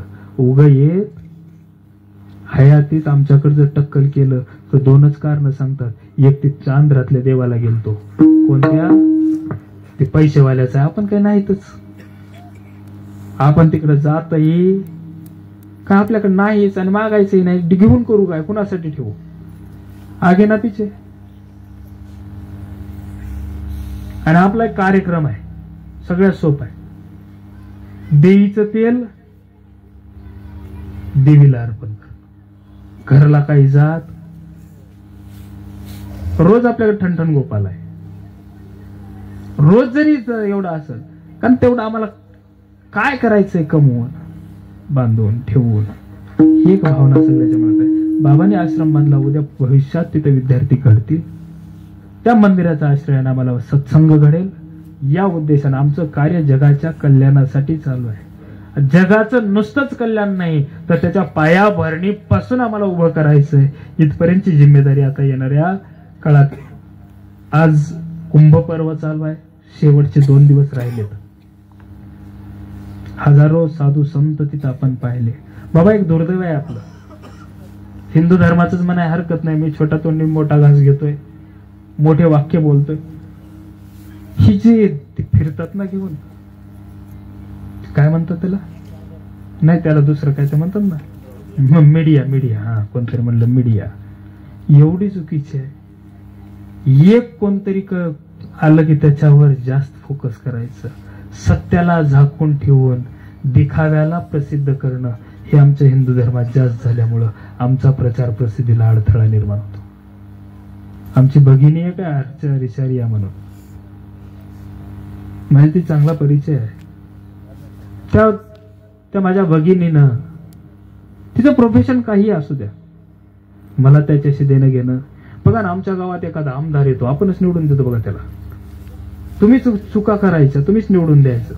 आणि तो पंक्तीला बसला की त्याची फोटो पेपरात आपण डोळे फाडून पाहायचं. का?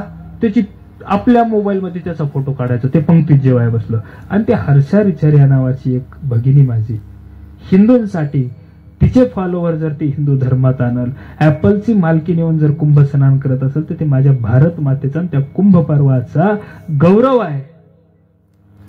आणि तर ती बिचारी एक जर आली असेल माझी भगिनी तर तिच्यावर 4 दिवस कॅमेरा झालं ना बाजूला. काय पाप केलं?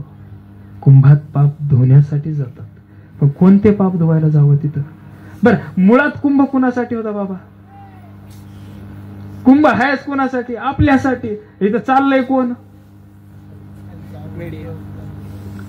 बाजूलाच राहिले आपण सगळे. आपल्यालाच बंदी तिथं जायला 1 दिवस. तर त्या मौनीला आपल्याला जाऊ दिलं नाही. जिथं खरं करायचं होतं तिथं आपल्याला जाऊ दिलं नाही. कुंभात आपण बाकीचाच बाजार चालला. कुंभ हे खरं तर साधू संतांची एक जत्रा आहे, यात्रा आहे, त्यांचं मिलन आहे. एक नागा साधू असतील, 13 आखाडे आहेत, निर्वाणी, निरंजनी, जुना, पुराणा, या सगळ्या प्रकारच्या, उदासीन, एक प्रकार आहेत. आणि त्या प्रकारे आम्ही निरंजनीमध्ये बसलो तर आमचे सगळे भारतात असलेले कधी न भेटणारे आपले, तुम्ही लग्नाला कशासाठी जाता? आशीर्वाद द्यायला जाता. आणि गेल्यानंतर काय होतं? 4 पाहुणे भेटतात म्हणून गेलते, माया उगे नव्हते गेले.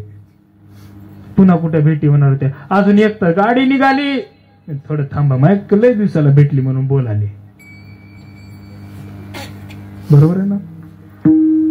हे असंच आमच्या जीवनात घडतं. आणि म्हणून ते आमच्यासाठी कुंभ आहे. अरे आमचे हठयोगी साधू आहेत, असे हठयोगी आहेत. सिद्ध पुरुष आहे ना, एवढा हठयोगी असतो, अवलिय असतो, त्यांना स्नान फक्त कुंभाचंच आहे. मग त्याने आले तर काय बिघडलं? तिकडे दाखवा नाही आमच्या लोकांनी, पण आम्हाला बदनाम करण्यासाठी अर्ध्याच्यावर लोक आहेत. आमचेच आम्हाला पाण्यात घालायला निघालेत, आमचेच आमची जलसमाधी द्यायला निघालेत. त्याच्यामुळे आमचं कुंभ पर्व आहे. कुंभ पर्वामध्ये आपल्या इथं भगवान साखरेश्वराचा कलशारोहण झालाय. 144 वर्षानंतर आलेला हा कुंभ पर्व. पुढल्या 2 वर्षात आपल्या भागामध्ये, आपल्या भूमीमध्ये त्र्यंबकला सिंहस्थ कुंभ म्हणतात बरं का. कुंभाचे अनेक प्रकार आहेत, पूर्ण कुंभ, अर्ध कुंभ, सिंहस्थ कुंभ, अशा प्रकारची ती माहिती खूप सुरुवातीपासून द्यायला यायला पाहिजे, तुम्ही कीर्तन त्याच्यावर करता आलं असतं. पण जगत असताना प्रत्येकाच्या सकाळी उठल्यानंतर मायमावल्यावर तुम्ही सगळे हिंदू असाल तर एक काम करा, रोज सकाळी आपल्या लेकराला कुंकवाचं वाटलं जातं, काय हरकत नाही, बाबाजीला मी सांगून जातो, मठातून रोज वाटीभर घेऊन जात जा, देतील बाबाजी, काय हरकत नाही. चंदन असेल, कुंकू असेल, काहीतरी टीका त्याच्या कपाळाला की हे आपलं कॅलेंडर आहे एवढं तरी कळू द्या. तीच दोष झालाय वळखाव कोणाचं. त्या कॉन्व्हेंट स्कूलच्या नावाखाली हातात रुद्राक्ष घातला बाबा, लाल दोरा घातला, ते स्कूलमध्ये गेलं, ते स्कूलमध्ये जातं, शाळेत नाही जात. आम्ही शाळेत जात होतो, गुरुकुलमध्ये जात होतो, आपण गुरुकुलमध्ये गेलेली माणसं आहेत. हे स्कूलमध्ये जातं आणि ती गेले ती मॅडम ते कापून टाकते. खरंच नुसतं हसू नका, ही सत्य गोष्टी आहेत. गळ्यात काही दोरा असेल तर काढून टाकायला होतात, त्यानं फक्त कुणासारखं जायचं. आता मी इथं नाव घेत नाही, कारण तेवढं आपलं नाव घेणे त्यांची पात्रताच नाही. नाराजाच्या गादी येऊन त्यांची नावं कशाला घ्यायची आपण? म्हणून ह्या कॉन्व्हेंट स्कूलमध्ये घाला, पण आपल्या लेकराला कुठलं तरी एक लेबल आपला आहे असं दिसू देत जा. एक रुद्राक्ष गळ्यात बांधत जा, नाही तर तुळशीची माळ अख्खी घालू वाटली तरी एक मणी तरी बांधत जा माझ्या गळ्यात. लेकराच्या दिष्ट लागत नाही दुसऱ्याची म्हणून. ते धर्माचं प्रतीक आहे, ते तुम्ही पाळावं. आणि एक चुटकीवर बोटाला फक्त लावावं, चिटकावावं कपाळाला, एवढीच अपेक्षा तुमच्याकडून आहे. तेवढं केलात ना तर येणारे 50 वर्ष आमच्यासाठी सुखाचे जातील. नाहीतर उद्याच आमचं काय व्हायला तयार आहे? 50 वर्ष जर पुढल्या पिढीला सुखी ठेवायचं असेल तर आज आपल्या कपाळावरती एक टिळा असणं गरजेचं आहे. नाहीतर आम्ही कोण आहेत ही जर आम्हाला आमची ओळख विसरायला भाग पाडत असतील तर आपलं काही शिल्लक राहणार. एवढाच विचार तुम्ही आजच्या कीर्तनाच्या माध्यमातून या. हिंदू धर्मावर बोलायचं खूप होतं. ज्या गायीची सेवा करता, त्या गायीचं दूध पिता, त्या गायीला कसायाच्या दरबारात जाऊ देऊ नका. असेल नसेल तर आमच्यासारख्याचे आश्रम आहे तिथं आणून बांधा. आणि तेवढी तयारी आहे आमची, माझ्याकडे आहे. ज्या आश्रमाची, ज्या मालकाची सेवा करतो त्या मालकाच्या आज्ञेनं तिथं गोशाळा आहे. बाबाजी जर रविवारी 2 तरी खाटकाकडल्या गायी माझ्या दाराला येतात, स्वतः पोलीस आणून सोडतो. खाटकाकड चालले त्यापेक्षा आपल्या दाराला मेलेली बरी. 15-16 गेले असते, जाणारच होत्या, माहित होतं, पण तिथं जाण्यापेक्षा माझ्या दाराला गेल्याचं समाधान आहे. ते गाय आहे, एक माय आहे, त्या माईची सेवा मी करणं गरजेचं आहे.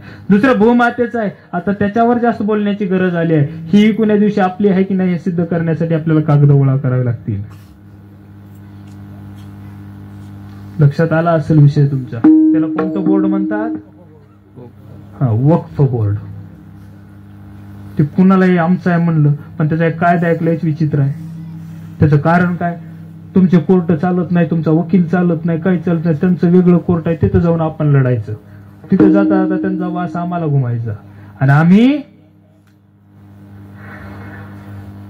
आम्हीच त्यांच्यात मिसळून जायचं. अशी अवस्था आपली होऊ नये म्हणून त्यासाठी त्या भूमिमातेलाही जपण्याचं काम आहे. आणि आमच्या घराची इज्जत जी आहे ना, ती पदर आहे ना. पहिलं पदर कशाला होता माय माहिती आहे का? डोक्यावर घ्यायला होता. आता पदर रस्ते झाडायला आहे. प्रत्येकाच्या डोक्यावर ज्याचं झालंय ना ते डोक्यावर घेत जा. डोकंही शांत राहील आणि संस्कृती अबाधित राहील. मग एवढ्यासाठी आजची कीर्तन रूपी सेवा स्वीकारली. भगवान साखरेश्वराच्या आणि भगवान शिवपुराण महात्म्याच्या सानिध्यात मला बोलता आलं. सद्गुरू काशी विश्वनाथाचे आराध्य दैवत पूजक असलेले आमचे बाबाजी, परमपूज्य आदरणीय सर्वानंदजी महाराज, आपणही आलात. खरंच माझं भाग्य उदय आला. आज भाग्य उदय आले, संत पावलं देखील या उक्तीप्रमाणे. आणि दुसरे बाबाजी तुमच्या सोबत आले, त्यांचे भेट होऊन आनंद वाटला. कारण तेज आहे, त्याचे पण जे जीवन आहे त्याच्यात आपण जगलो पाहिजे. प्रत्येकानं जगावं, त्यांच्या सानिध्यात राहावं, एवढीच अपेक्षा भगवान साखरेश्वराकडे करतो. वाढत चाललेल्या कीर्तनरूपी सेवेला विराम देतो. पुढल्या वर्षी ही नक्कीच ही मागणी पूर्ण होईल याची मी विश्वास तुमच्या सगळ्यांच्या बाबाच्या चरणावर देतो. कारण माझ्याकडे काय नाही, संताची पायी हा माझा विश्वास, सर्व भावे दास झालो त्यांचा, एवढंच माझ्याकडे आहे. बाकी काहीच नाही, त्यांच्या विश्वासाने सांगतो. आणि वाढला विनतो गुरुराज माऊली, हे गुरुराज माऊली, हे गुरुराज माऊली, हे सांब दे सांब, हे सांब दे सांब, हे सांब दे सांब, हे सांब दे सांब, हे सांब दे सांब. तुझ लागे हेची मागो तुझे नामे संत लागो के लंगारा ते आवडी पाऊ.